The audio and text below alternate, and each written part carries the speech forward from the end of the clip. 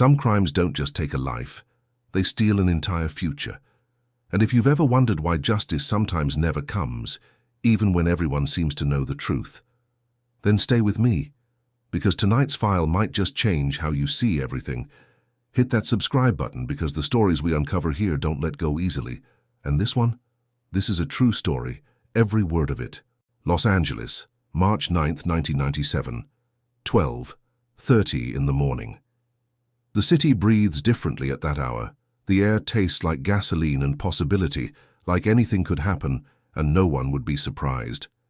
At the intersection of Fairfax and Wilshire, a red light holds the world in place for just a moment. Inside a green Chevrolet Suburban, a 24-year-old man sits in the passenger seat, probably thinking about the album that's about to drop, about the party they just left, about getting home safe. His name is Christopher Wallace, but the world knows him as Biggie, the Notorious B.I.G, and in approximately 45 seconds, he'll be gone. A black Chevrolet Impala pulls alongside, slow, deliberate, like it was always meant to be there. The driver's window lowers. A man in a light blue suit and bow tie, strangely formal, strangely calm, extends his arm. In his hand, a 9mm pistol. 6 shots shatter the night. 4 of them find their target.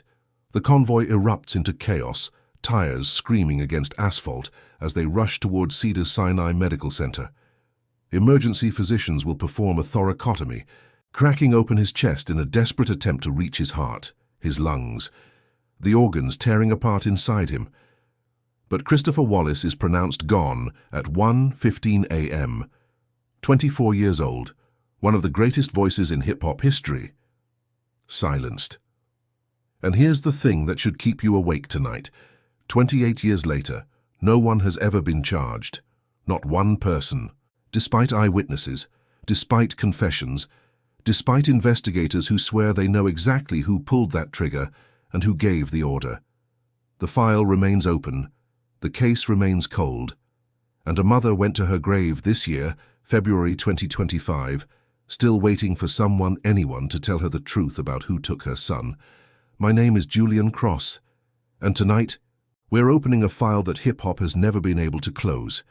This is the Midnight File. Let's go back, because to understand how Christopher Wallace ended up at that intersection, you have to understand what was happening to hip-hop in the mid-90s.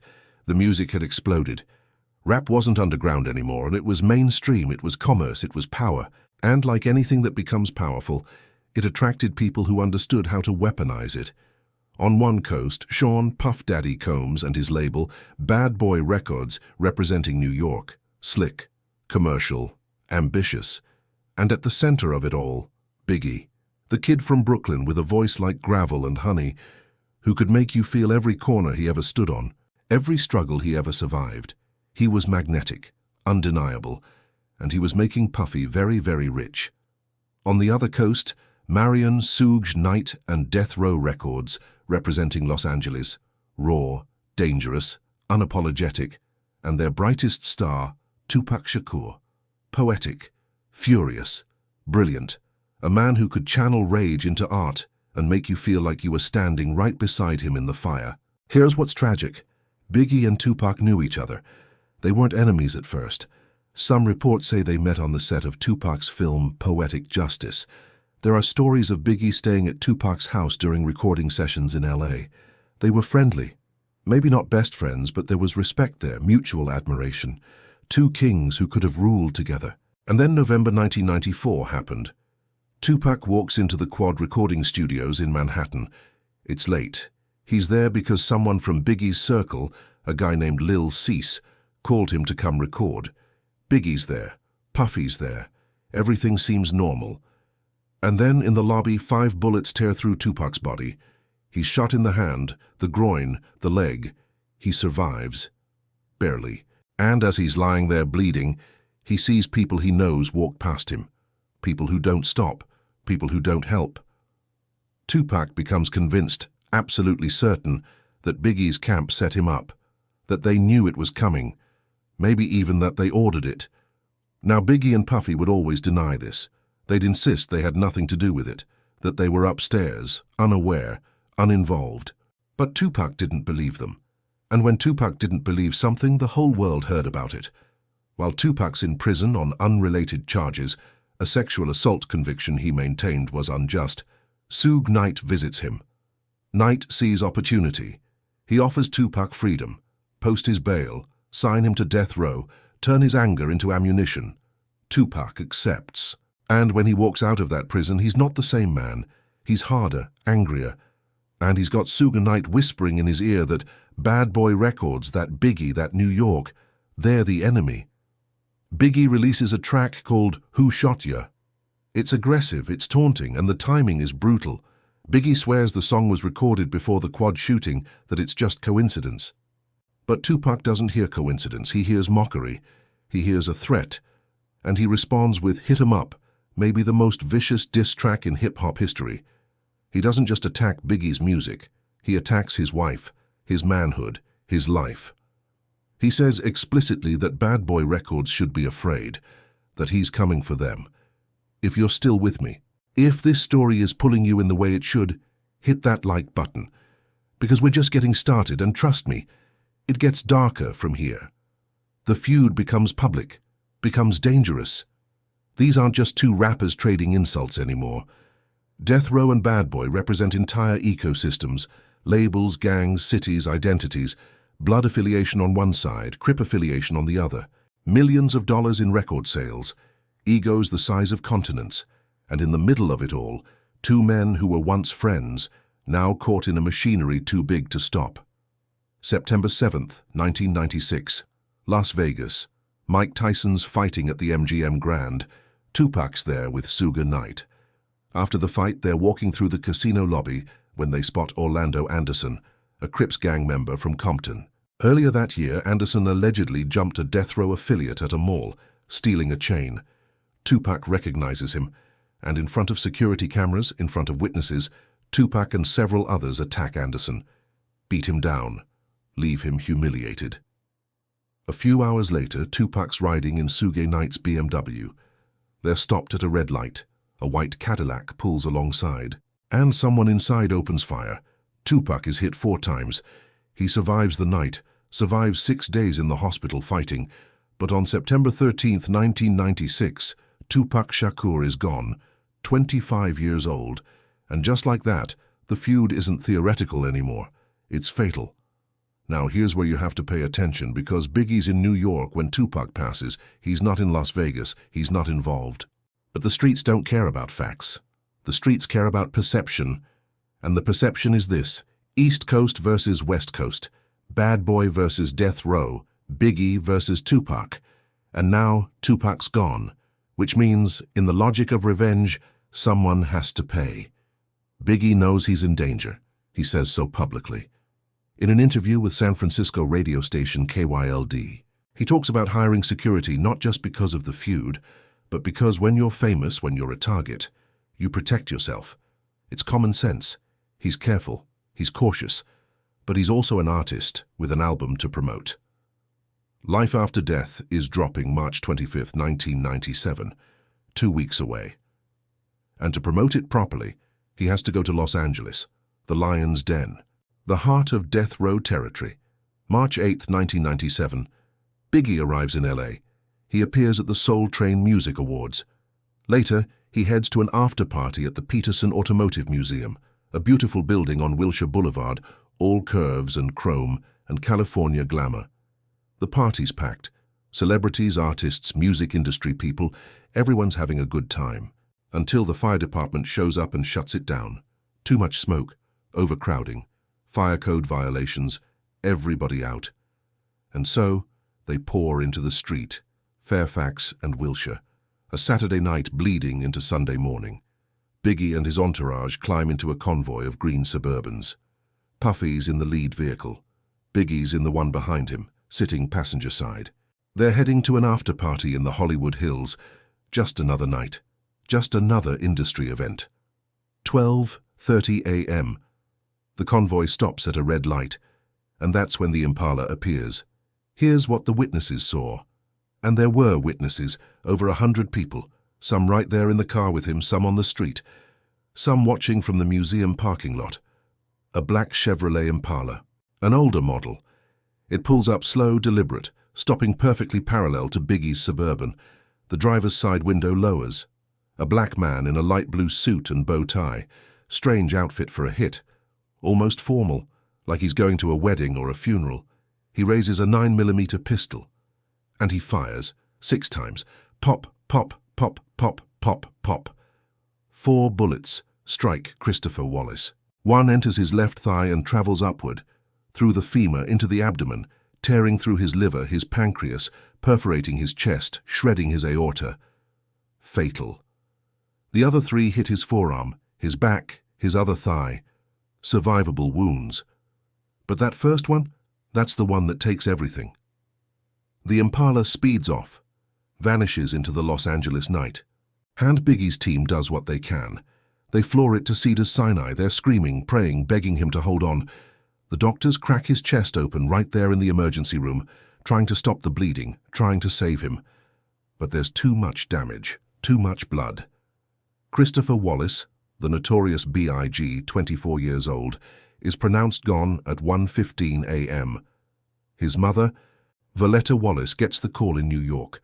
The worst call any parent can receive: your son is gone, taken, executed in the street like it was nothing. And she asks the question that will haunt her for the rest of her life. Why? Who did this? And when will they pay? If you're feeling that weight right now, if this story is sitting heavy in your chest, leave a comment below. Tell me what you're thinking. Because these files, they're meant to be shared, they're meant to start conversations, and I want to hear from you. The investigation begins immediately. LAPD detectives arrive at the scene. They've got witnesses. Lots of them. People inside Biggie's Suburban who saw the shooter's face up close. People on the street who saw the Impala. People who can describe the suit, the bow tie, the weapon. This should be solvable, this should be straightforward, but it's not. One of the lead detectives is a man named Russell Poole. Sharp, dedicated, the kind of investigator who doesn't let go. And Poole starts developing a theory, a dangerous theory. He believes Suge Knight orchestrated the hit from prison. Knight's already locked up at this point on a parole violation, as revenge for Tupac. And Poole believes Knight hired corrupt LAPD officers to carry it out. Specifically, he focuses on 2 men, David Mack and Rafael Perez. Both LAPD officers, both working in the Rampart division, both, as it will turn out, deeply corrupt. Mack and his friend Amir Muhammad, a mortgage broker from Virginia, become Poole's primary suspects. According to Poole's theory, Mack coordinated the hit and Muhammad pulled the trigger. The evidence? Mack and Muhammad were college buddies at the University of Oregon. Muhammad was godfather to Mack's children. And in November 1997, 8 months after Biggie's passing, Mack gets arrested for robbing a Bank of America in L.A. $722,000. The money's never recovered. Poole theorizes that money was meant as payment for the hit, that it was supposed to go to Muhammad, and when shown a photo lineup, an informant identifies Muhammad as the shooter. Case closed, right? Not even close. Because here's where the LAPD starts behaving strangely. Poole's pushing hard on the Mack-Muhammad theory. He's conducting interviews, chasing leads, building a case. And then, in 1998, LAPD Chief Bernard Parks orders him to stop. Stop investigating David Mack. Stop pursuing that line of inquiry. No explanation. Just stop. Poole refuses. He keeps pushing. And the department pushes back harder. They reassign him, they obstruct him, they make it clear that his investigation is unwelcome. And in 1999, Russell Poole retires from the LAPD in protest. He goes public with his findings. He writes reports. He gives interviews. He says the LAPD knows who took out Biggie, but they're covering it up because it would expose corruption within their own ranks. Now, around the same time, the Rampart scandal explodes. It's one of the worst police corruption cases in American history. LAPD officers in the Rampart division are caught dealing narcotics, stealing evidence, planting guns, framing innocent people. And right in the center of it, David Mack and Rafael Perez. Mack goes to prison for the bank robbery. Perez gets convicted for selling cocaine. Racketeering, falsifying evidence. The whole division is dirty. And people start asking, if these officers were willing to rob banks and deal substances and destroy lives for money, why wouldn't they be willing to take someone out for the right price? Biggie's family, his mother Valletta, his estate, they file a wrongful death lawsuit against the LAPD in 2007, $400 million. The suit alleges that corrupt officers, specifically Perez and Mack, conspired to end Christopher Wallace's life, that they coordinated with Suge Knight, that the LAPD covered it up to protect themselves. The case goes to trial in 2005, but it ends in mistrial. Why? Because the judge rules that the LAPD deliberately withheld evidence, deliberately obstructed justice. The city gets sanctioned over $1 million in attorney fees. The family files again in 2007, and this time there's a witness, a man who claims he saw Perez and Mack planning the hit, who says they admitted their involvement, who's willing to testify. It looks like justice might finally come. And then the witness recants. Under oath, he admits he lied. That members of the Wallace family offered him money, $25,000 initially, eventually escalating to $150,000 to testify falsely. He says, and I'm quoting here, "It was a lie, and I'm ashamed of it. I did what I had to do to survive." The case collapses. The lawsuit is dismissed in 2010. No charges, no conviction, no justice. Valletta Wallace is left with nothing but grief and the certainty that someone somewhere knows the truth and refuses to tell it.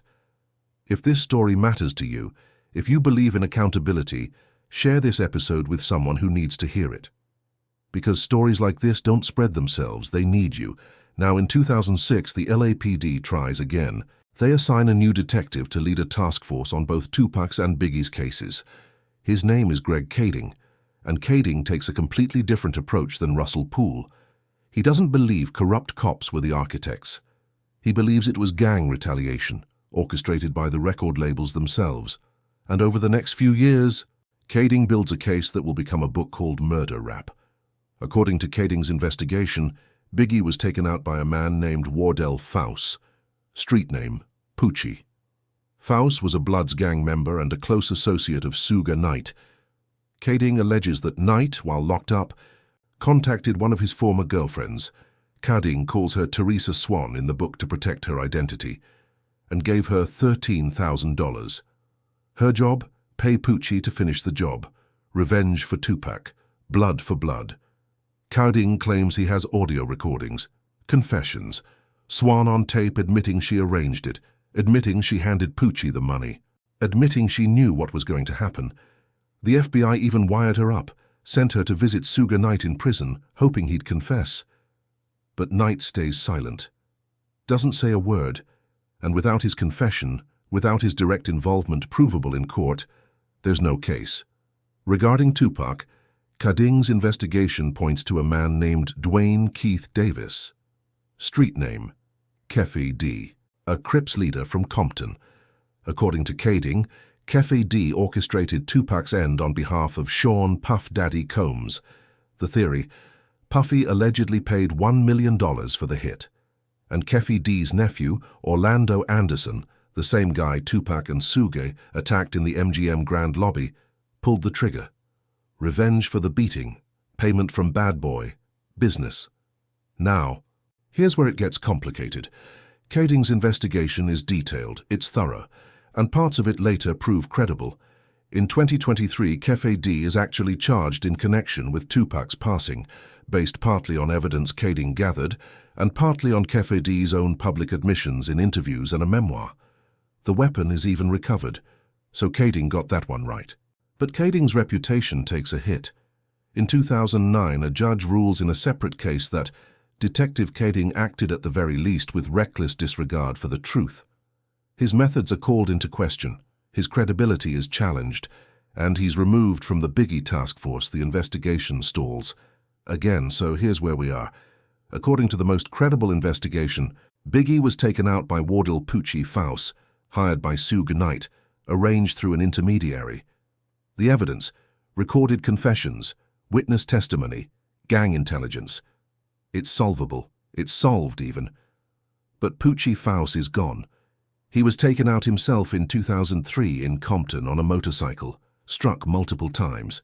Dead suspects can't be prosecuted, can't be questioned, can't confess in court. The alleged triggerman is gone. Teresa Swan, the woman who allegedly arranged it, refuses to testify publicly. She knows what happens to people who speak out against powerful figures connected to death row and the Bloods. She's not willing to risk it, and without her testimony there's no case against Suge Knight. Suge Knight himself is currently serving 28 years in prison for an unrelated hit-and-run that took a man's life in 2015. So even if prosecutors wanted to charge him, even if they had the evidence, the window has complicated. He's already locked up. He's already paying for something. And bringing him to trial for Biggie would require resources, cooperation, and a willingness to confront uncomfortable truths about the LAPD's own failures. And so the case sits, open but cold, solved but unprosecuted. Everyone knows but no one's talking, not officially. The FBI got involved in the early 2000s. They released 359 pages of documents in 2011. But the files don't crack the case open. They confirm what investigators already knew. They provide paperwork, but not justice. The FBI eventually abandons the investigation, citing insufficient evidence and lack of cooperation from local authorities. And Voletta Wallace, Biggie's mother, the woman who carried him, raised him, believed in him, she spends the rest of her life fighting. She gives interviews, she files lawsuits, she says publicly, "They know who ended my son's life. They're just not going to do anything because it would expose too much." She believes the LAPD is protecting itself, protecting its reputation, choosing institutional survival over accountability. Voletta Wallace passes away in February 2025, 28 years after losing her son. She never got answers, never got closure, never got to see anyone held responsible. She went to her grave knowing the truth was out there, and no one cared enough to deliver it. Before we go further, I need you to do something for me. If this story is affecting you the way it's affecting me, if you feel that anger and sadness and frustration building, subscribe to this channel. Because we don't look away from the hard stories here. We don't pretend justice always wins. We stare into the darkness and we name it. And I need you with me for the next one.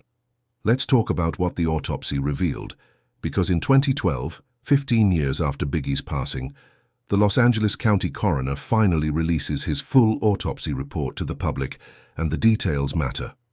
4 9mm bullets struck Christopher Wallace. 2 additional shots lodged in the vehicle itself.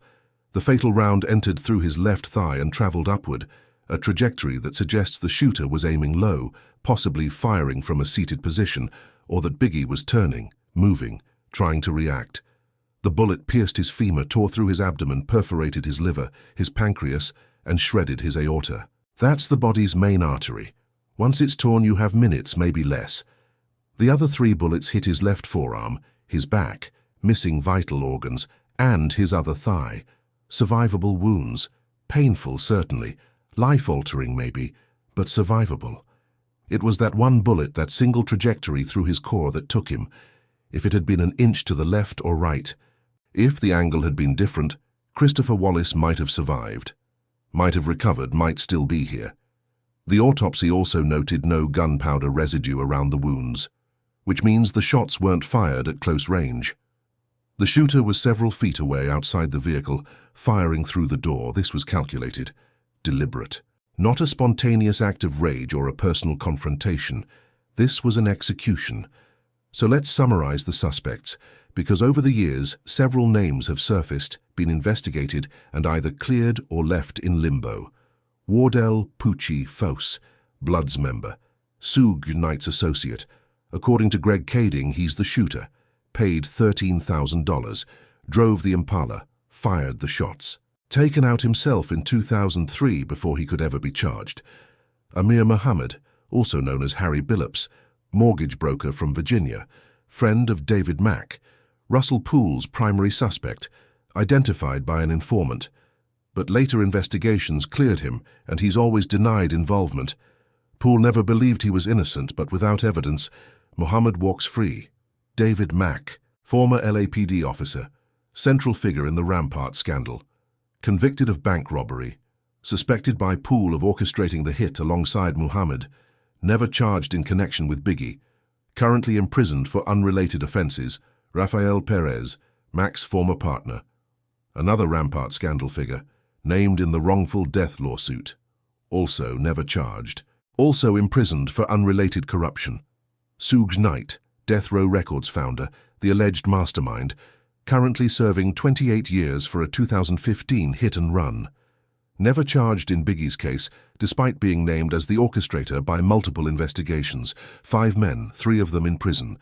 1 of them gone, 1 of them cleared. And not a single charge filed in connection with Christopher Wallace's passing. Let me paint you a picture of that intersection. Fairfax and Wilshire. If you've been to Los Angeles, you know it. Wide streets, palm trees swaying overhead, the Peterson Automotive Museum on one corner, all sleek lines and modern architecture. Traffic lights that cycle through their colors whether anyone's watching or not. It's just another intersection. Thousands of cars pass through it every day, people stopping for red lights, moving on with green, never thinking twice. But on March 9th, 1997, at 12:30 in the morning, it became a crime scene, a place where history turned, where one of the most influential voices in music was silenced. And if you stand there now, if you wait for the light to turn red, you can almost feel it. The weight of what happened, the presence of something unfinished, the ghost of a question that never got answered. The museum underwent renovations.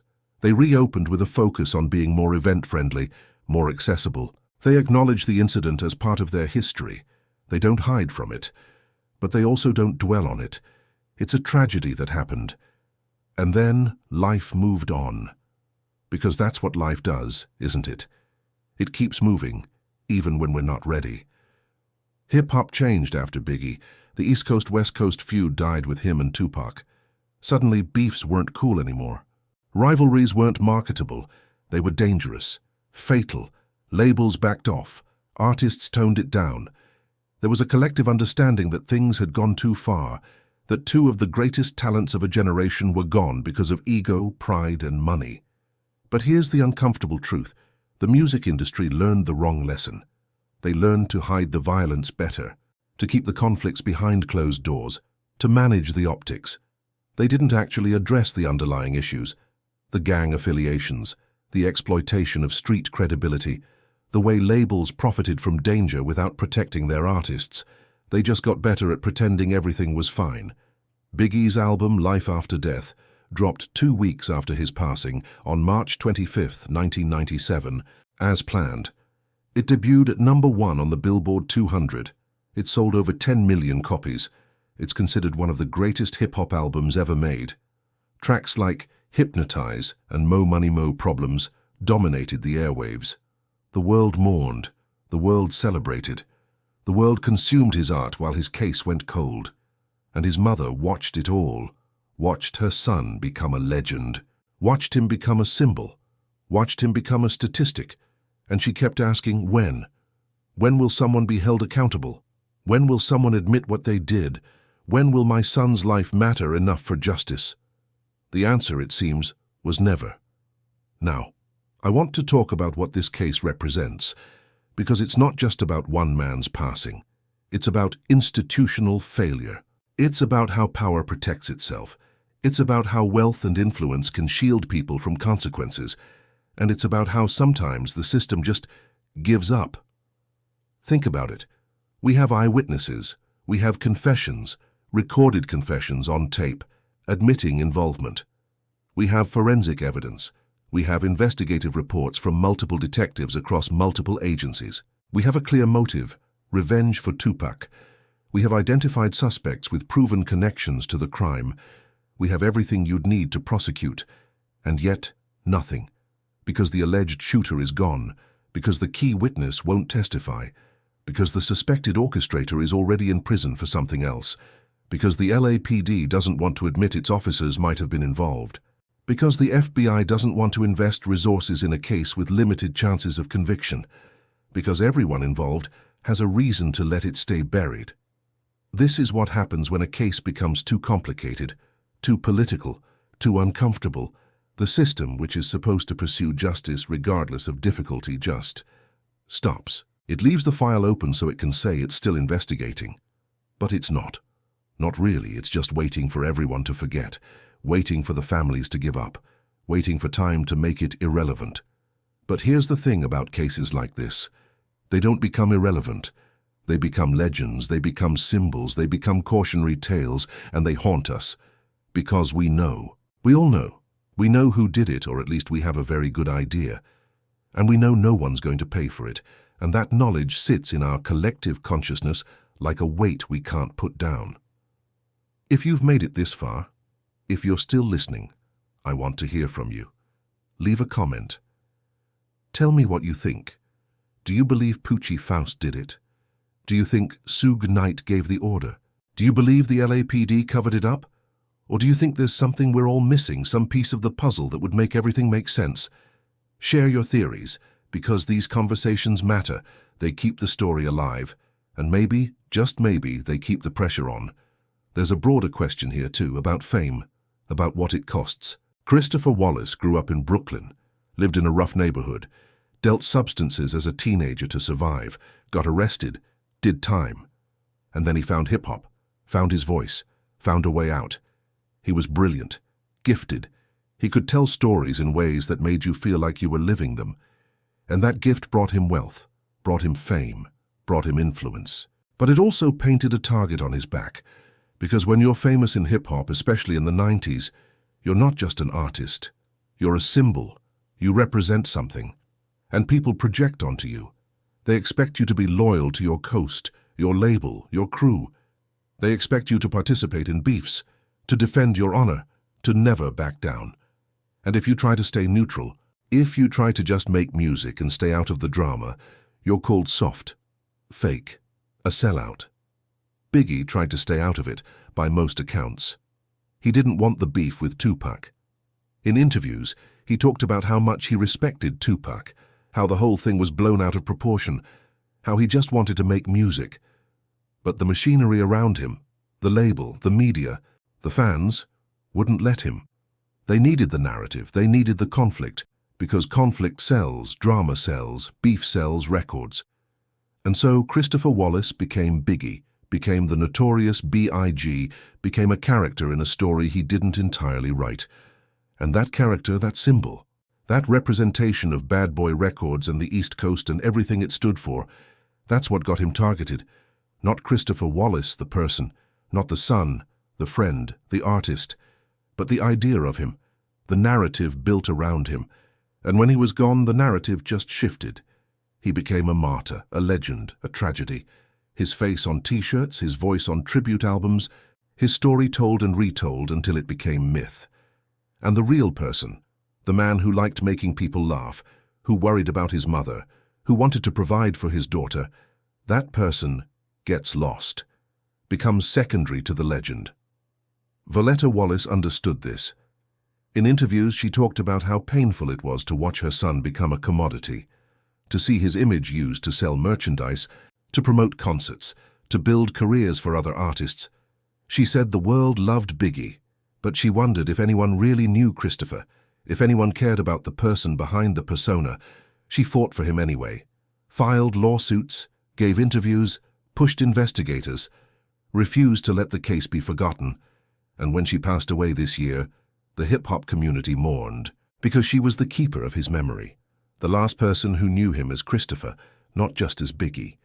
And with her gone, that connection to the real person becomes even more fragile. Here's what keeps me up at night about this case. It's not just the unsolved nature of it. It's not even the corruption or the institutional failure. It's the sheer number of people who know what happened and choose every day to say nothing. Think about it. The shooter, if Kading's right and it was Poochie Faust, he told people. He bragged. Gang members knew. Associates knew. People in Compton knew. The woman who allegedly arranged it, Teresa Swan, she knows. Suge Knight knows. Members of Death Row Records know. LAPD officers involved in the investigation know.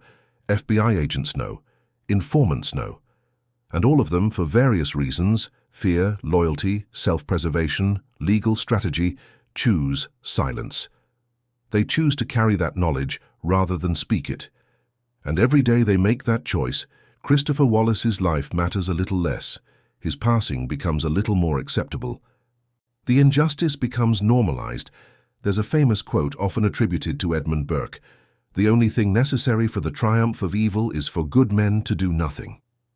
And that's what this case is. Not a triumph of evil, exactly, but a triumph of inertia, of bureaucracy, of systems that protect themselves instead of the people they're supposed to serve. And good people, investigators, journalists, family members, doing everything they can, and it's still not being enough. So what's the lesson here? What are we supposed to take from this? That justice is optional, that if you're powerful enough, connected enough, if you can wait long enough and stay quiet long enough, you can literally get away with taking someone's life. Maybe. Or maybe the lesson is that some truths are too expensive to tell, that institutions will always choose survival over accountability, that the machinery of justice only works when it's convenient, when it's easy, when it doesn't threaten the people operating the machinery. Or maybe there's no lesson at all, maybe it's just tragedy, random, senseless. A young man in the wrong place at the wrong time, caught in a web of violence he didn't spin. A mother who never got closure. A case that became too complicated to solve, too political to prosecute, too uncomfortable to confront. But I don't accept that, I refuse to, because accepting that means accepting that Christopher Wallace's life didn't matter enough, that his passing was just another statistic, another cold case, another file gathering dust in some archive. And I can't accept that. His mother couldn't accept that, and I don't think you should either. In 2023, something significant happened. Dwayne Keffe D. Davis was charged with Tupac Shakur's passing, 27 years after it happened. Based on his own admissions in interviews and a memoir, based on evidence Greg Kading and others had gathered, based on the recovery of the weapon. Suddenly, one half of this dual tragedy was being prosecuted. Justice, delayed by decades, but still coming. And people started asking if they can charge Keffe D now after all this time, why can't they charge someone for Biggie? Why can't they bring Suge Knight to trial, even if he's already in prison? Why can't they compel Teresa Swan to testify? Why can't they do something? The answer, as far as I can tell, is that they don't want to. Not that they can't, that they don't want to. Because prosecuting Biggie's case means confronting uncomfortable questions about the LAPD, about the Rampart scandal, about whether officers were involved, about whether the department covered it up, about whether institutional corruption allowed a high-profile execution to go unpunished. And those questions threaten reputations, pensions, legacies. They threaten the thin veneer of trust between the public and law enforcement, and so the questions don't get asked. The case stays open but inactive, solved but unprosecuted, known but unspoken. There's a psychological term for this, cognitive dissonance, the mental discomfort of holding two contradictory beliefs simultaneously. We believe the justice system works. We believe criminals get caught and punished. And yet we also know that Christopher Wallace's ending has gone unpunished for 28 years, that the people responsible are either gone or protected, that the system failed completely and utterly. And we have to hold both of those beliefs in our heads at the same time. We have to believe in justice while acknowledging its absence. And maybe that's the real horror of this case, not the violence itself, though that's horrific enough, but the slow realization that the system we trust to protect us, to hold people accountable, to deliver consequences for actions, that system is conditional. It works when it wants to. And when it doesn't want to, when it's too hard or too expensive or too politically complicated, it just doesn't. Before we close this file, I want you to think about something. Share this episode with someone. Not for me, not for the channel, but because Christopher Wallace's story deserves to be remembered, because his mother's fight for justice deserves to be honored, because cases like this don't get solved by sitting in archives. They get solved when people care enough to keep talking about them, keep asking questions, keep demanding answers. So share it, post it, send it to someone who cares about justice or hip-hop or just stories that matter. Let me take you back to that intersection one more time. Fairfax and Wilshire, March 9th, 1997. 12:30 a.m. Imagine you're sitting in that Suburban. You've had a good night. Your album's about to drop. You're surrounded by friends, by security, by people whose job it is to keep you safe. The light's red. You're waiting. Maybe you're thinking about the after-party. Maybe you're tired. Maybe you're checking your pager, looking out the window, just existing in that mundane moment before everything changes. And then you see the Impala. And for just a second, maybe half a second, you realize something's wrong. The way it's positioned. the way it's not moving, the way the window's coming down. And in that half-second you understand, this is it. This is the moment you've been worried about, the reason you hired security, the thing you knew was possible but hoped would never happen. And there's nothing you can do, no time to react, no time to duck or shout or move. Just that realization, that crystalline moment of understanding before the first shot breaks the night. 4 bullets, 45 seconds, and a life ends, a future erases.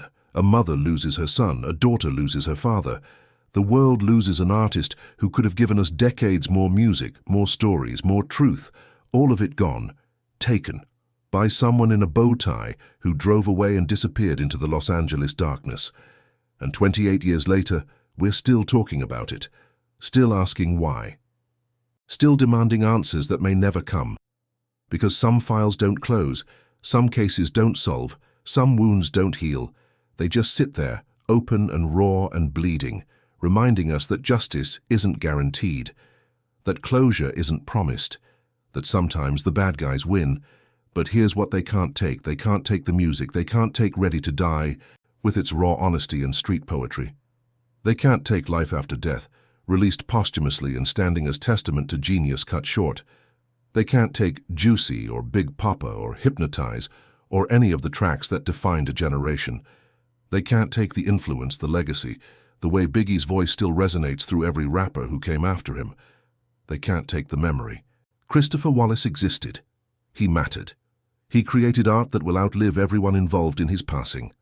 And while justice may have failed him, while the system may have abandoned his case, while the people responsible may never face consequences, they can't erase him. They can't undo what he built. They can't silence what he said. The music remains. The legacy remains. The truth remains. And his mother, Voletta Wallace, who fought until her last breath for answers, for accountability, for justice, she remains too. In the work she did, in the lawsuits she filed, in the interviews she gave, in the way she refused to let the world forget. She didn't get the ending she deserved. She didn't get to see anyone held responsible, but she made sure we all knew. She made sure the pressure never fully lifted. She made sure that every detective, every prosecutor, every person with power knew that she was watching, that we were watching, that this case would never truly disappear. There's a certain kind of grief that doesn't end. It doesn't soften with time or fade into acceptance. It stays sharp, present, active. That's the grief of unresolved loss. Of knowing someone took your loved one and walked away free. Of watching the system fail over and over while you stand there powerless. That's what Voletta Wallace carried for 28 years. And I hope, wherever she is now, she's found some peace, some reunion with her son, some release from the weight she carried for so long. The Midnight File specializes in unsolved cases, in mysteries that haunt us, in questions without answers. But this case is different because it is solved. We know who did it. We know why. We know how. The mystery isn't who done it. The mystery is why no one's paying for it. Why the system that's supposed to protect us chose instead to protect itself. Why Christopher Wallace's life was deemed less important than institutional reputation. And that mystery, that question, it's not going to be solved. Not by more investigation, not by new evidence. It's a choice, a conscious decision by people in power to prioritize other things over justice. And until that changes, until someone with authority decides that Christopher Wallace's life matters enough to risk political capital, risk bad press, risk uncomfortable revelations about police corruption. Until that happens, this file stays open, this case stays cold, this wound stays bleeding. So what do we do with that? How do we sit with the knowledge that justice is selective, that power protects itself, that some lives apparently matter more than others? I don't have an answer. I wish I did, but I don't. All I can do is tell you the story. All I can do is lay out the facts, the failures, the frustrations. All I can do is make sure you know his name, Christopher Wallace. Not just Biggie, not just the Notorious B.I.G, but Christopher, a son, a father, a person who deserved better than he got. Every town keeps a secret. Some just bury it deeper than others. Los Angeles buried this one in red tape and institutional cowardice, in witness intimidation, and corrupt officers and gang politics and record label wars. They buried it so deep that most people assume it'll never surface, that it's gone, lost, forgotten. But it's not. It's right there, under the surface, waiting. And maybe someday, someone with the courage to risk everything will dig it up. Will demand answers, will force prosecution, will deliver the justice that Valletta Wallace died waiting for. Or maybe they won't. Maybe this is just how it ends, with a file that never closes, with questions that never get answered, with a young man's life taken and no one held responsible, with all of us knowing the truth and being powerless to do anything about it. If stories like this stay with you, if they keep you awake at night the way they keep me awake, then you're in the right place. Subscribe to the Midnight File, because we don't look away. We don't pretend everything's okay when it's not. We sit with the discomfort, we ask the hard questions, we honor the people the system failed, and we remember, always we remember. Christopher Wallace was 24 years old when someone took his life at a red light in Los Angeles. He left behind a mother who never stopped fighting for him, a daughter who grew up without her father, music that changed an entire genre, and a case that remains 28 years later officially unsolved. But we know, and now you know. And knowing, really knowing, deeply understanding what happened and why justice never came, that's something. It's not enough, it will never be enough, but it's something. The red light changed to green that night. The Impala drove away. The convoy rushed to the hospital, and the world kept turning, indifferent to tragedy, indifferent to loss, indifferent to the questions left behind. Some files close with resolution, with arrests and trials and convictions, with justice served and families given peace. This isn't one of those files. This one stays open, bleeding, unresolved, a wound that never heals because healing would require acknowledgement, accountability, consequences.